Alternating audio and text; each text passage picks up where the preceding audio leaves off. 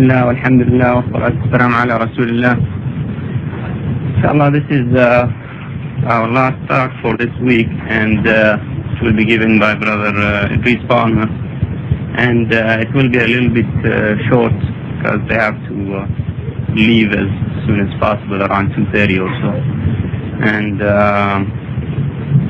it will be, he will talk a little bit about this title, which was the right of children on their parents and the preparation of generations, but he also wants to say a few words about Da'wah and so on. So it will be like a mixture of two topics, and then he will take some questions, and we'll end with that.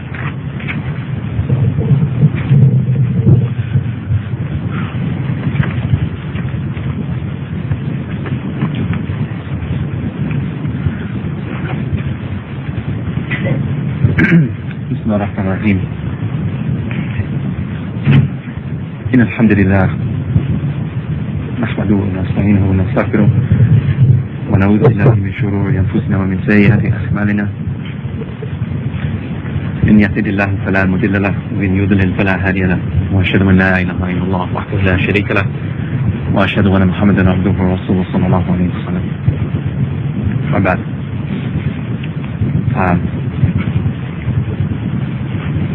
The issue of giving tarbiyah, or that is of instructing one's children, of course, is a great matter, and we find that related to it, one of the most important aspects, of course, is of teaching proper belief to one's child, particularly in their formative years. From this we can find a number of evidences from the Kitab and Sunnah regarding this particular matter. The most important of which is the statement of Luqman to his son upon advising him, in which he basically said, يا لا بني لا تشرك بالله إن الشرك ظلم عظيم. In other words, that he told his son to not make any partners with Allah, because indeed in shirk, or in making partners with Allah, of course, this is the greatest injustice. And we find, of course, that in this country that, regretfully, there is a great deal, of course, of influence from one being in a country where, of course, the dominant culture, of course, is that of Christianity, and, of course, where the playmates and schoolmates and, of course, outward influences of the society play a great role within the thinking and habits, etc., of the children. And some of these matters, of course, we touched upon in brief in last night's lecture. And today, inshallah, I just wish to possibly elaborate somewhat briefly on some of these same points. One of which, of course, is the factor of the influence, of course, of the outward culture upon one's children. And with this, we know of a number of examples, just from a large number of Muslim families who have children who have been born and raised, of course, in the society. And I know for a fact, for example, one of the most graphic examples I know from my own experience of talking, say, for example, to a number of brothers from Europe who were born and raised in Europe, who, of course, if we look at Europe in respect to the United States, for all intents and purposes, Europe is basically a Western country, our Western land, and of course many of the habits and similarities between what is occurring in Europe, or the lifestyle of the people there, resembles to a great extent what is the type of lifestyle here. However, in respect to the Muslimin, there's a great deal of difference between the type of upbringing that we find our Muslim counterparts in Europe having in respect of their children and those here. in speaking to a number of brothers who have cousins, for example, that live here in the United States, generally, in many cases, from the Indo-Pakistani subcontinent. They were mentioning to me, that is, the brothers in England, that many of them, of course, had relatives here in the United States who they would sometimes meet for the first time, usually during summer vacation, in Pakistan and in India. And they told me that one of the most shocking things that they found when meeting their brothers, or their cousins rather, for the first time, they said was their absolute westernization and their, in many cases, ignorance of a number of basic Islamic principles, beliefs, habits, morals, etc. And they said that what was so hurting to them, they said, was the fact that they, that is these brothers from England, felt that being brought up and raised in England, they thought of themselves as being pretty much influenced and westernized due to the fact that they had lived most of their lives, of course, in a Western country.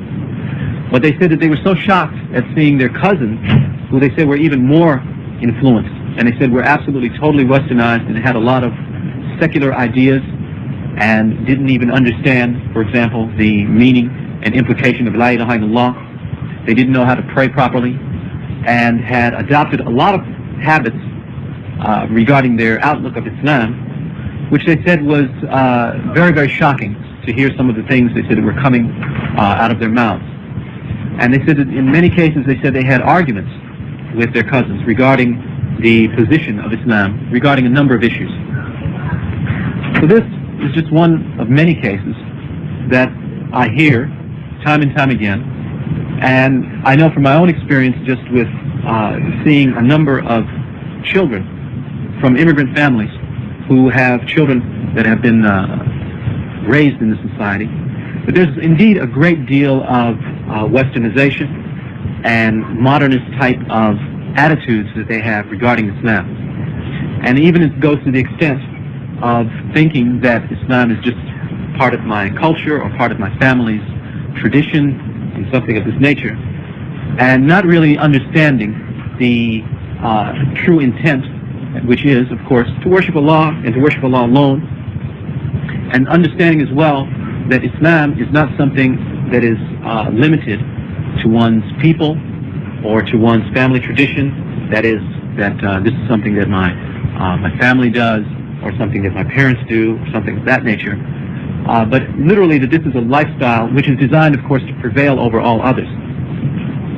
And also related to this, of course, is the fact that there have been other extreme cases where we've seen, which we mentioned in brief last night, which was of the case where you find where some parents, of course, that when they die, that their children are not even aware of, like, the procedures of how to go about and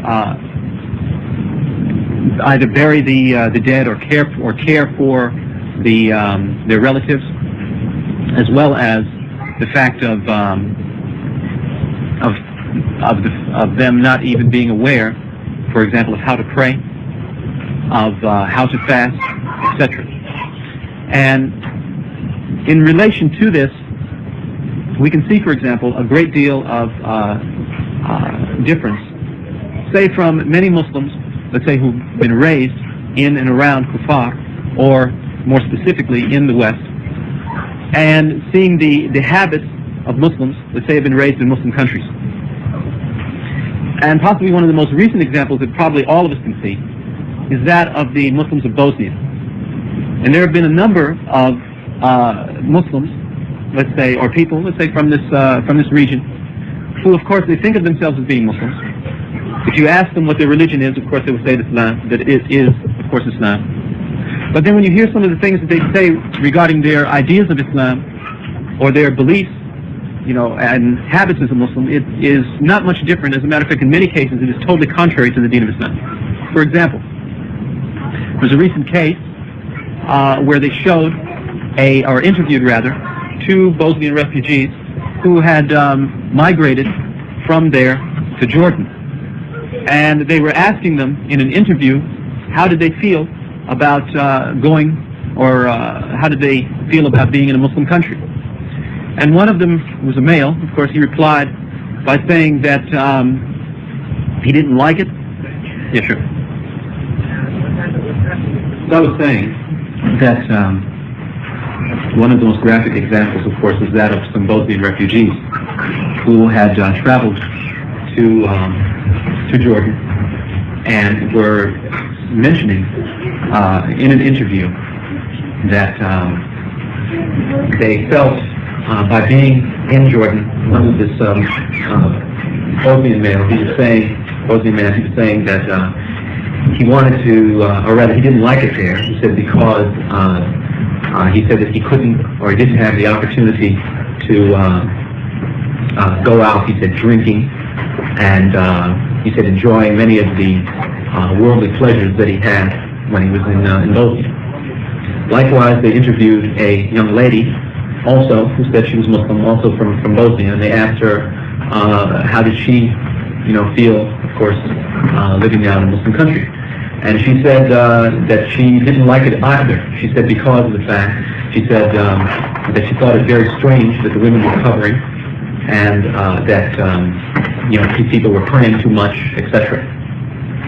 So this is just a minor example of the type of influence, the type of impact that occurs when a person lives in an environment where your Islam is not only watered down, but where a person begins to feel affinity towards the kuffar. So much so that, of course, it begins to affect not just simply your habits, but also your beliefs.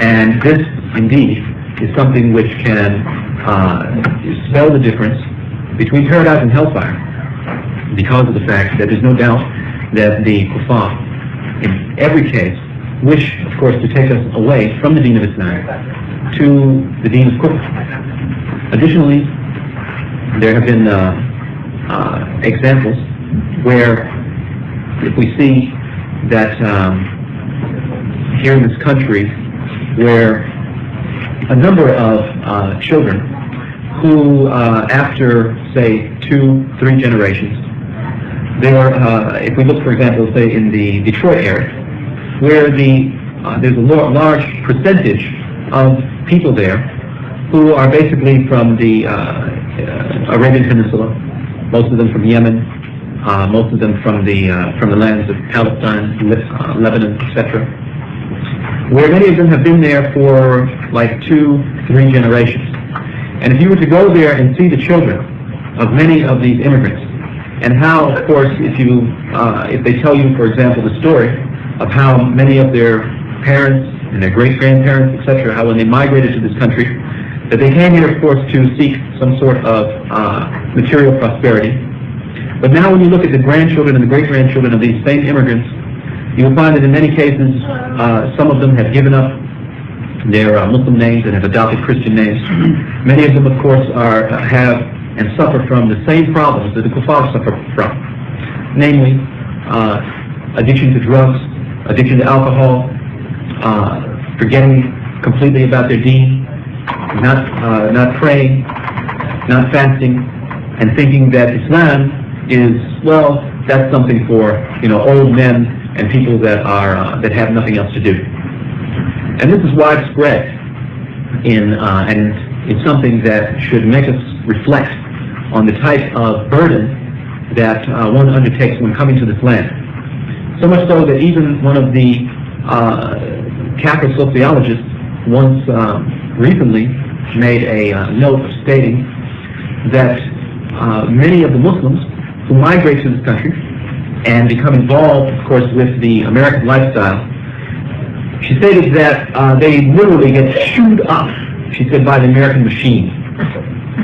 And one thing that a number of us, like Ali, myself, and a number of other brothers who had the opportunity to study abroad, noticed and reflected upon while we were abroad, is the fact that when returning to this country, it is that the type of secularism, that the type of influence that this country has upon the Muslimin is of such an intensity that it's not a question here of trying to maintain one's Islam but it's an issue of trying hard not to be a Catholic. It's of that intensity. Because here in this country, kufr is literally a very well-oiled machine. And don't think that you can jump into the water and not get wet. Don't think that, well, okay, the kuffar, they have their lifestyle, and of course, it won't affect me in any way. Indeed, it will. There's no doubt of this. And don't fool yourself because of the fact that you will indeed be affected in some way. And for this reason, as well as many others, as I was stressing last night, it is necessary for those of us who are in this land to try to maintain our deen as much as possible by being amongst the Muslims, and much more so by teaching our children Islam properly, taking them not just simply to understand or memorizing the Quran, but of understanding its meaning, and much more properly, or much more specifically, of understanding their beliefs properly, understanding the meaning of La ilaha illallah, understanding the rights that Allah subhanahu wa ta'ala has upon us, and as the theme of this talk was originally, the rights that the children have upon their parents. Because many of us think, of course, or deem that our children, of course, should be respectful towards us, and of course reverence us.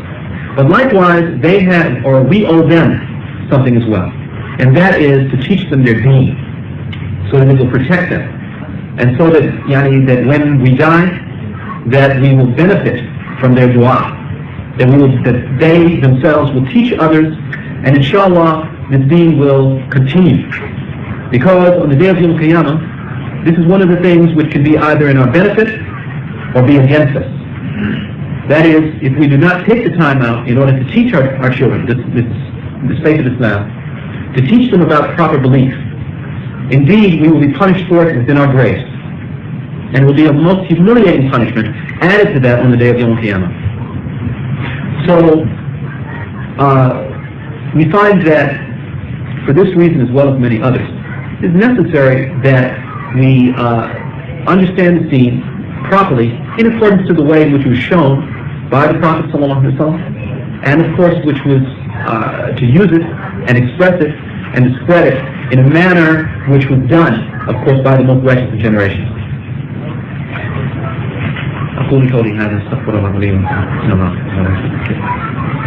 Inshallah, if there's any questions or whatever, inshallah we'll try to allow more time for that due to the fact that after a short period, of course, we will be departing.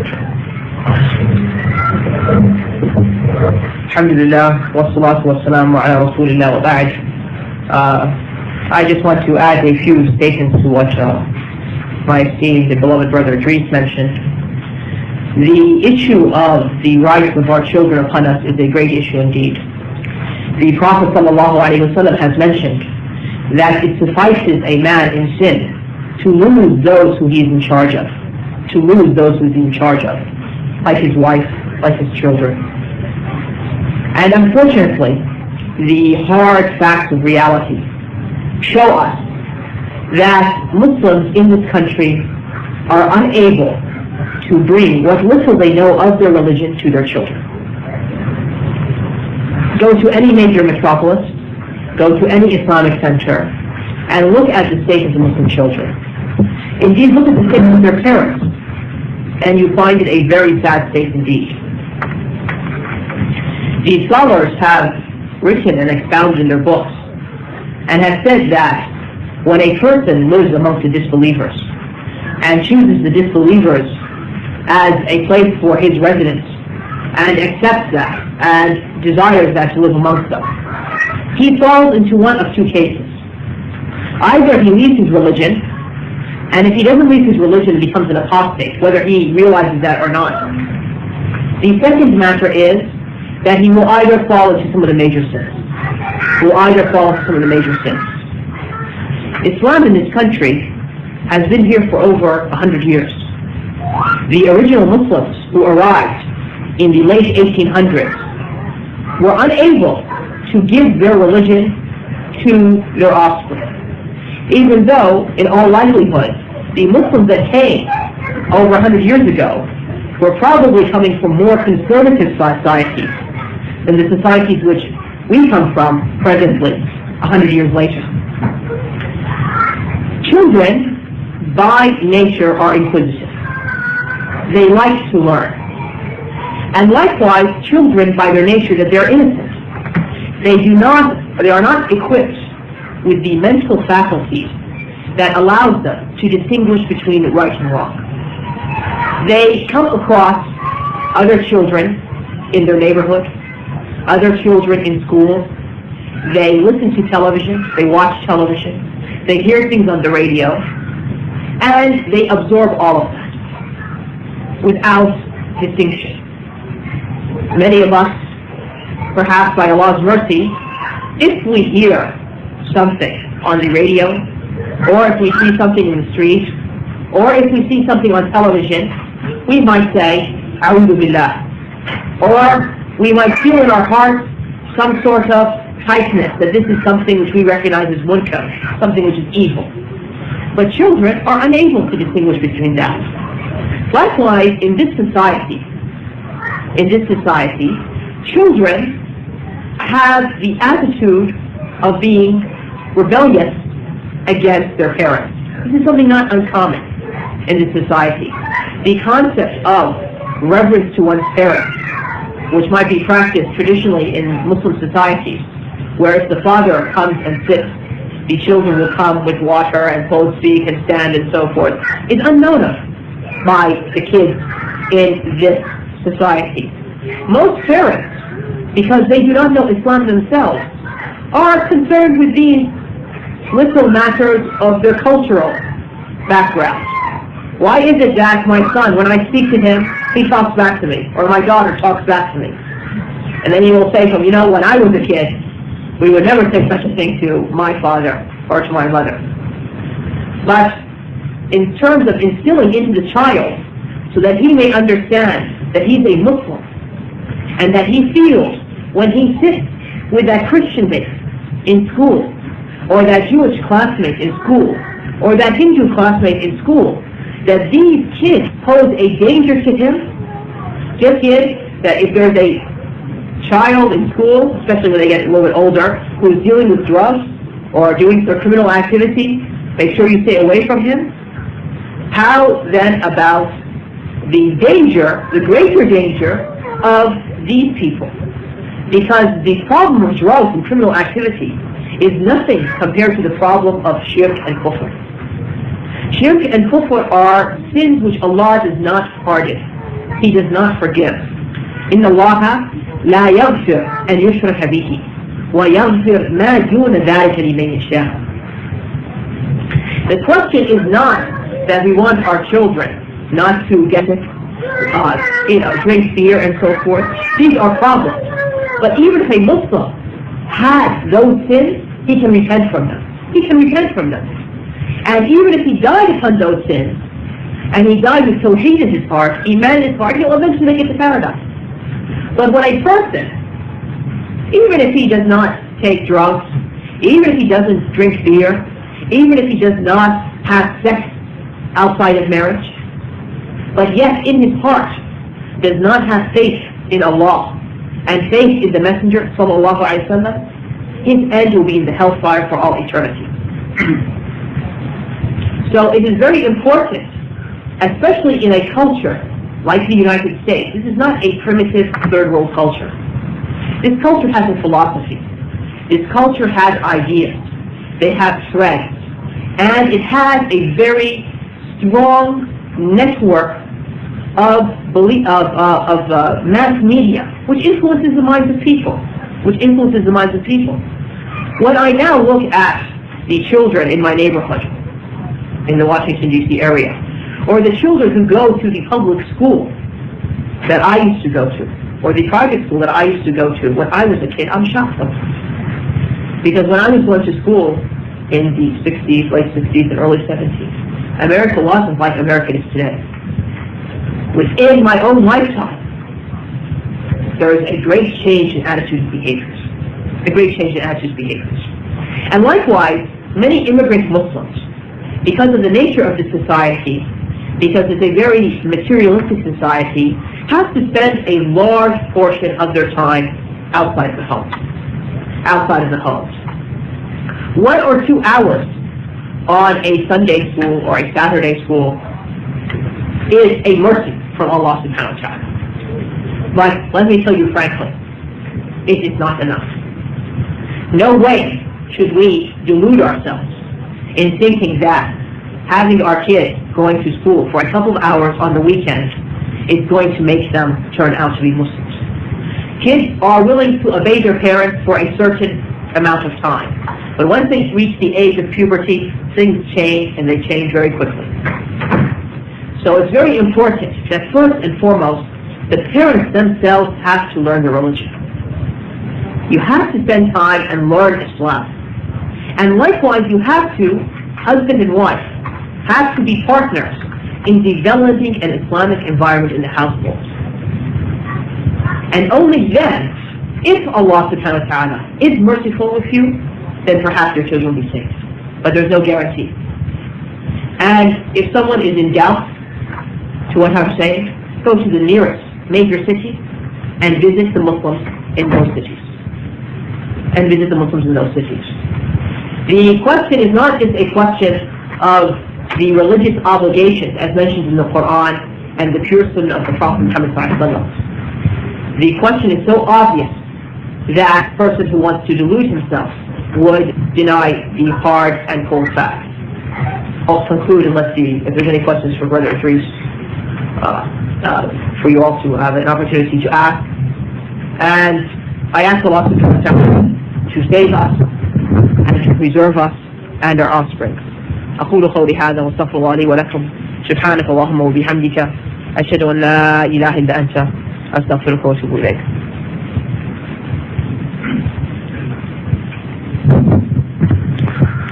I just appreciate your concern about the evils in this society and advise to Muslim brothers to go back to a place where you can have conducive atmosphere to preach your own religion.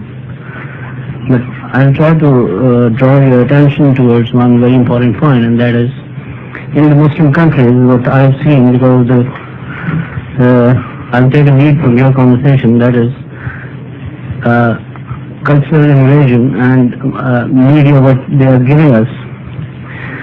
Now the children generally in our country, what they see is, there is a person who is totally westernized, watching movies and all those kind of things. At the same time, he is watching some totally parda observing woman, all clad and everything, and somebody is having a beard and everything. Now he is having two conflicts in his mind. One is, anybody who is practicing religion is living in a tree. He is not cultured, he is not civilized, and on the other hand, what he is watching is multicolored, and he'll be attracted to that. Now, we don't have a recipe to this problem, but I would just like to know your concern about it. Might be we can throw a little light on that. Without doubt, the cultural invasion, after saying Alhamdulillah wa salatu wa salam ala Rasulullah wa ba'd, without doubt, the cultural invasion of the Muslim countries is not something which is, we're unaware of. I'll give you an example of my personal life. In the year of 1408, myself and Brother Idris, we were making i'tikaf in Mecca, in Masjid al-Haram. And a young man who came across me, he found out somehow that we were about 3 or 4 of us Americans. So he said, he was maybe 12, 13 years old. He said, "Ya Sheikh, I need to speak to you very importantly. Please come with me and sit on the side." I said, "Okay." So I went to some part of Masjid al-Haram and I sat with him. He said, "Please, I want to know from you, what is the latest news of Michael Jackson?" This was in Ramadan, in Mecca, and we were making i'tikaf. So this shows the cultural invasion which is influencing the minds of the Muslims. But the cure for this, of course, is when the Muslims have educated Muslims in their country who are religiously observant. When a person sees you, that you are I don't want to say a strict Muslim, because there's no such thing as a strict and lax Muslim, but that you're a Muslim as a Muslim is supposed to be. Because Allah subhanahu wa ta'ala says, idkhalu fi silmi kafa, enter into Islam completely. There's no, coming in halfway and coming out halfway.